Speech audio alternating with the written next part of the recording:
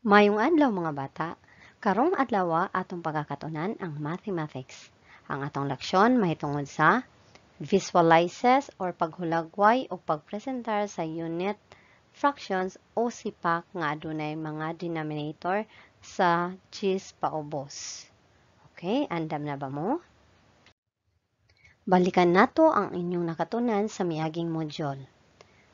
Basaha og sabta ang pulong gumanhap ug tubaga ang mosunod na mga pangutana. Mao kini ang atong pulong gumanhap. Adunay 12 ka mangga si James. Iya kining ibutang sa upat ka mga basket. Pila man ka buok mangga ang iyang ibutang sa matag basket? Usbon nako. Adunay 12 ka mangga si James. Iya kining ibutang sa upat ka mga basket. Pila man ka buok mangga ang iyang ibutang sa matag basket? Kaila ba kamong mga mangga mga bata? Ang mangga mga bata, usa kini siya sa mga prutas nga lamian. Maingon kita prutas, muna siya usa sa naghatag og vitamins sa tuang lawas. So kinahanglan mo kaon tag prutas everyday para himsog ang ato ang panglawas. Okay mga bata? So, tubagon na nato karon ang mga pangutana. Unang pangutana, unsay gipangutana sa gumunhap? A. Ang ihap sa matag basket. B. Ang ihap sa mga bata nga tagaan og mangga. C. Ang ihap sa mangga nga ibutang sa matag basket. Ikaduhang pangutana, unsa ang gihatag nga mga numero? A. 12 ka mangga ug 4 ka basket. B. 4 ka mangga ug 12 ka basket. C. Wala sa mga pilianan. Ikatulong pangutana, unsa nga operasyon ang gamiton sa pagsulbad sa gumunhap? A. Pagdugang. B. Pagpilo-pilo. C. Pagkabahin. Ikaupat na pangutana, unsa ang numerong pahayag? A. 12 plus 4 equals n. B. 12 times 4 equals n. Or C. 12 divided by 4 equals n. Ikalimang pangutana, unsa ang saktong tubag sa gumunhap? A. Duha ka mangga. B. Tulo ka mangga. C. 4 ka mangga. So, atong analyson og balik ang gumunhap. So, naadunay 12 ka mangga si James. Nya aduna po siya 4 ka mga basket na iyang butanganan. So, ang pangutana, pila ka buok mangga ang iyang ibutang sa matag basket. Sige. Humana ka mong answer? Okay. Ang saktong answer or tubag sa number 1 ay ang ihap sa mangga nga ibutang sa matag basket. Sakto ba inyong mga tubag? Okay, very good. Ikaduhang pangutana, unsa ang gihatag nga mga numero?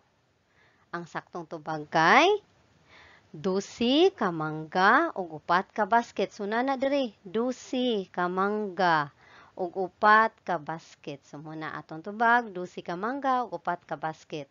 Ikatulong pangutana, unsa nga operasyon ang gamiton sa pagsulbad sa gumunhap? So, dili pod pagdugang. Dili pod simo pagpilo-pilo. Kundili ang correct nga tubag kay pagkabahin. Ato mang bahinon ang 12 ka mangga sa 4 ka basket. So, pagkabahin. Okay, ikaw pa na. Unsa ang numerong pahayag? So, number sentence.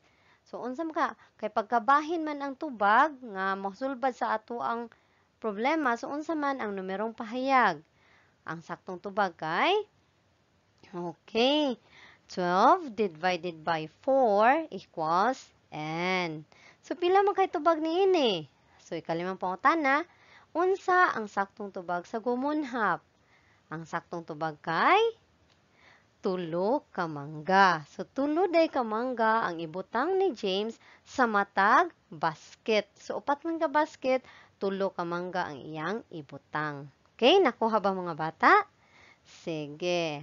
Ato na kita sa ato ang buhatonon. Okay, instruction. Basaha og sabta ang sitwasyon nga gihatag. So, adunay usa ka bukupay nga gibahin si Nanay Bilin. So, kani si Nanay Bilin. So, nada kuno siya'y bukupay nga gibahin og kaduha sa nagsamang gidakon. So, gibahin ni Nanay Bilin ang bukupay og kaduha, parehas og gidakon. Gihatag niya ang usa ka bahin ngadto sa iyang anak nga si Angel. So, muni si Angel, iyang gihatag ni Nanay Bilin ang usa ka pikas dito ni Angel para sa iyang merienda. So, usbon ako ha, adunay usa ka bukupay nga gibahin ni Nanay Bilin og kaduha sa managsama ang gidakon. Gihatag niya ang usa sa kabahin ngadto sa iyang anak ni Angel para sa iyang merienda. So, aduna na usay mga pangutana. So, kapila gibahin ni Nanay Bilin ang bukupay? So, kapila daw to gibahin? Gimension man to ganina ni Nanay Bilin, kapila gibahin? So, gibahin ni Nanay Bilin og kaduha. So, darao, gibahin ni Nanay Bilin og kaduha. So, ikaduhang pangutana. Pila ka parte sa bukupay ang gihatag ni Nanay Bilin ngadto sa iyang anak nga si Angel? Pila ka parte? So, tumbalikan diri sa gumunhap. Pila ka parte ang gihatag? Usa ka parte. So, dara, usa ka bahin ang gihatag ni Nanay Bilin ngadto sa iyang anak. Ikatulong pangutana. Unsa ang tawag sa usa ka parte para sa duha ka bahin? Usbon ako. Unsa ang tawag sa usa ka parte sa duha ka bahin? Okay, unsa may tawag? Katunga. Of course, kay ang usa gud ka bukupay gitunga man siya. So, ang usa ka parte, katunga. Ang pikas parte po, katunga. So, muna ang tubag kay katunga. So, muna siya mga bata. So, nasabtan mga bata? Okay. Okay, gamiton na to nga example ang katong bukupay. So, nga naman kaha nga gibahin man ni nanay ang bukupay. O gitunga man niya. Para karon na merienda ni Angel, ug pwede pod unya or ugma na merienda ni Angel. Para tipid pod, ug sakto pod ang pagkabahin. Okay? So, karon kaninang pagka-illustrate or pagkahulagway, maghatag kini nato og idea sa gitawag nga fraction. So, unsa man ka ng fraction? Ang fraction o sipak muna siya ang parte sa usa ka buo nga makuha or gikuha. So, kung moingon kitang fraction o buo, muna naa na siya duha ka part. Una, ang numerator o ihapan. Ang kaduha, denominator o dagnayon. Usbon nako ha, ang duha ka part sa fraction o sipak mao ang numerator o ihapan o denominator o dagnayon. Unsa man sa kaning gitawag na denominator? Mao ang numero nga makit-an sa ubos sa badlis. So, dara ang badlis. Anay badlis ha? Ubos sa badlis nga mao ang tawag kung kapila gibahin. So, naa ni numero dire. So, kung unsay numero diha, mo na gitawag og denominator. Or sa Bisaya, gitawag og dagnayon. So, muna siya ang numero nga magsulti ka nato kung kapila gibahin ang usa ka butang o usa ka figure or usa ka shape. So, sa bukupay, kapila siya gibahin? Yes, kaduha. Okay. So, unsa man sa kaning gitawag nato numerator? Ang numerator o ihapan mao ang numero nga makit-an sa ibabaw sa badlis nga mao ang tawag sa bahin nga gikuha. So, kani ang numero diri babaw sa badlis mo na gitawag og numerator o ihapan. Mao ang tawag sa bahin nga gikuha. Gikuha na nga bahin. So, sa kaning example, atong tan-awon kung unsa ang atong denominator o kung unsa ato ang numerator. Okay? So kaning nga bahin ang usa ka bukupay, hinumdumi ang denominator o dagnayon nagsulti ka nato kun kapila gibahin. So kani nga buko pay kapila gibahin nanay? Duha. So muna ang atong denominator kay duha.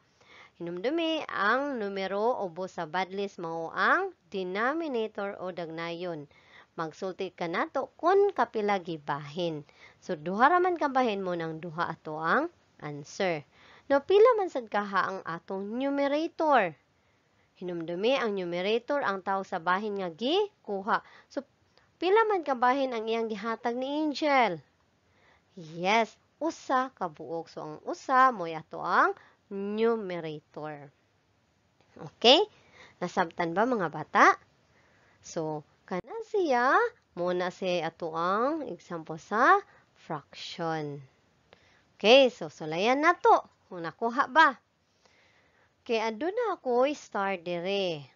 So, ang usa ka bituon, gitunga og ka duha. So, atong gibahin ang bituon og kaduha. 1, 2. Okay. So, ang atong denominator kay 2. Kay mo man ang number kung kapila gibahin. Diba? Ningon to no? So, ato ang denominator o dagnayon is 2. Pila man sa kaha atong numerator? Atong numerator kay? Yes, 1 ra. Kay ato man gikuluran ang usa ka part sa bituon o ang half nga part sa bituon usa. So, muna atong numerator kay 1. Numerator o ihapan. Okay? So, ang ato ang fraction o sipak ani nga hulagway kay 1/2. Okay? Nasabtan? Okay. So, naadya makita ninyo nga sa ang usa ka bituon gitunga og kaduha or gibahi kaduha. Ang 1/2 nga bahin walay color, ang 1/2 nga bahin na ay color. Sinumdumi, ang denominator magsulti kung kapila gibahin ang usa ka object or shape. Then, ang ato ang numerator o ihapan magsulti kung pila kabahin ang gikuluran. So, usa ra man kabahin ang gikuluran, munang usa ra pod ato ang numerator. So, ang atong fraction o sipak kay 1/2. Again, ang atong fraction o sipak is 1/2 or katunga. Okay, nasabtan?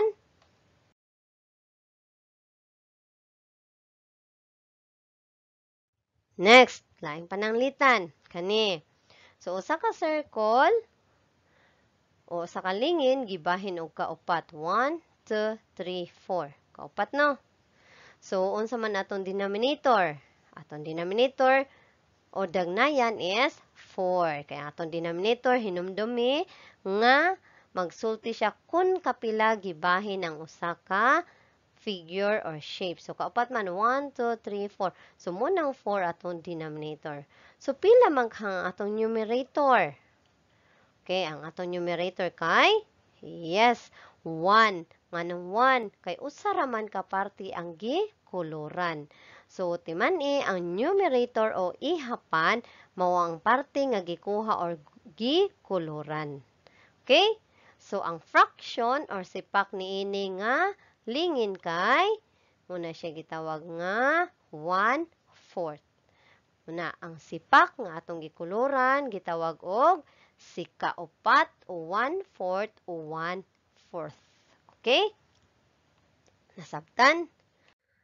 So, panlaing pananglitan, atong itumon o kuluran ang ihapan o numerator aron sa pagpakita sa parte o bahin nga gikuha.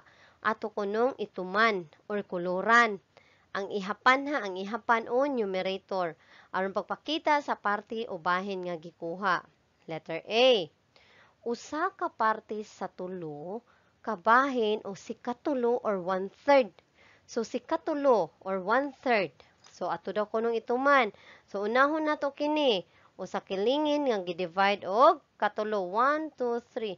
So, kulura na to ang usa ka parte. Sige.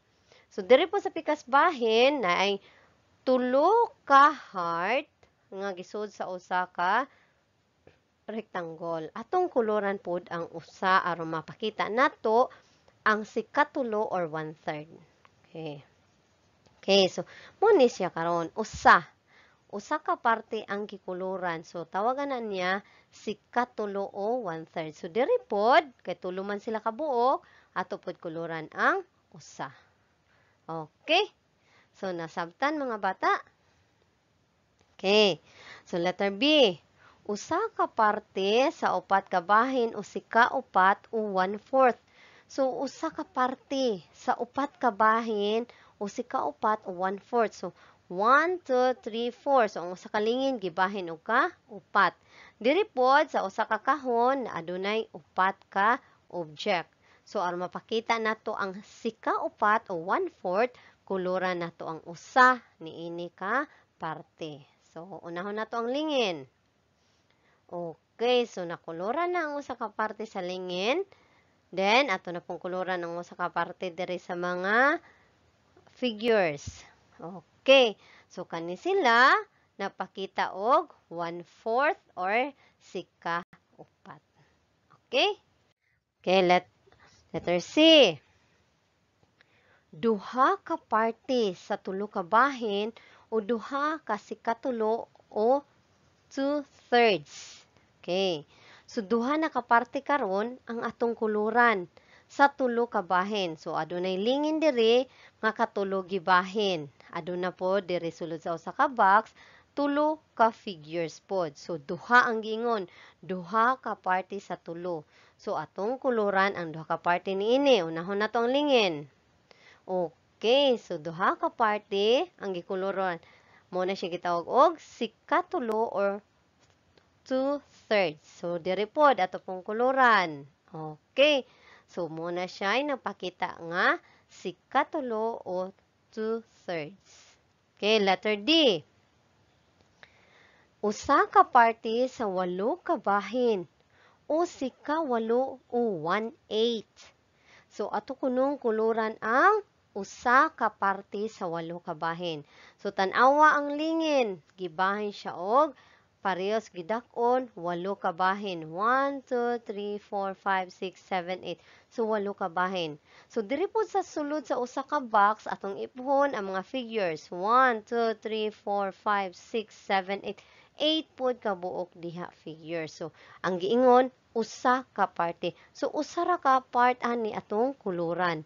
Usa ra pud ani nila ang atong kuluran. Okay? Okay, so dara.